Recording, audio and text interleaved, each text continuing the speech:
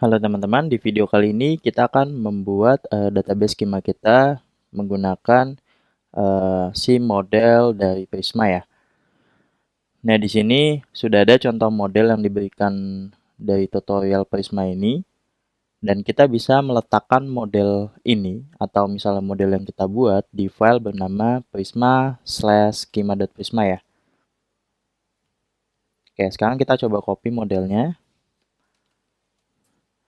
Lalu kita buka file kita prisma schema.prisma dan kita bisa letakkan model tersebut di bawah data source ini. Oke, di sini sudah terlihat modelnya sudah berhasil kita paste. Selanjutnya kita bisa menjalankan Prisma Migrate ini.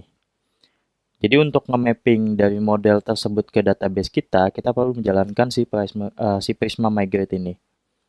Nah, sebenarnya si Prisma Migrate ini menjalankan dua hal. Yang pertama, dia akan mengenerate sebuah file SQL berdasarkan model terakhir kita. Dan selanjutnya adalah dia menjalankan si file SQL tersebut di database kita. Oke, sekarang kita coba copy command-nya. Kita buka terminal, kita paste.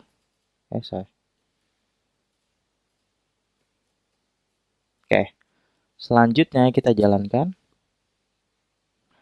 Oke, terlihat di sini dia membaca environment variable, makanya kita perlu men-setting.env-nya. Terus dia membaca si schema kita, prisma/schema.prisma-nya.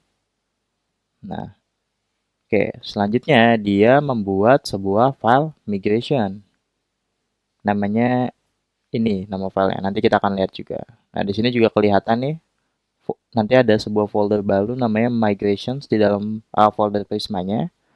Terus ada folder ini kalau nggak salah ini timestamp plus nama migrationnya. Terus di dalamnya ada file migration SQL-nya. Oke, di sini udah selesai. Sekarang aku mau quit aja terminalnya. Nah, terus kalau kita lihat-lihat, di sini sudah kelihatan nih sebuah folder baru namanya migration. Di dalamnya ada folder migrasinya dan ada file SQL-nya. Nah, kalau teman-teman lihat di sini, oh sorry teman-teman, install language server dulu ternyata. Ini aku quit aja dulu deh. Nah, kalau teman-teman lihat di sini ada file SQL. Nah, nama tabelnya sesuai dengan nama modelnya. Kalau tadi kita lihat di modelnya sini, modelnya post, profile, user, ini nama tabelnya sesuai dengan nama modelnya. Terus nama kolom-kolomnya di sini sesuai dengan nama, kalau di Prisma dia nyebutnya field, ID, created at, title, content, dan lain-lain disebut field. Oke, jadi file SQL-nya udah dibuatin nih. Nggak cuma creatable fungsinya, indexingnya juga dibuatin, unique indexnya, terus foreign key-nya juga udah dibuatin. Kalau kita udah define namanya relation field di sini. Contohnya seperti ini. Oke,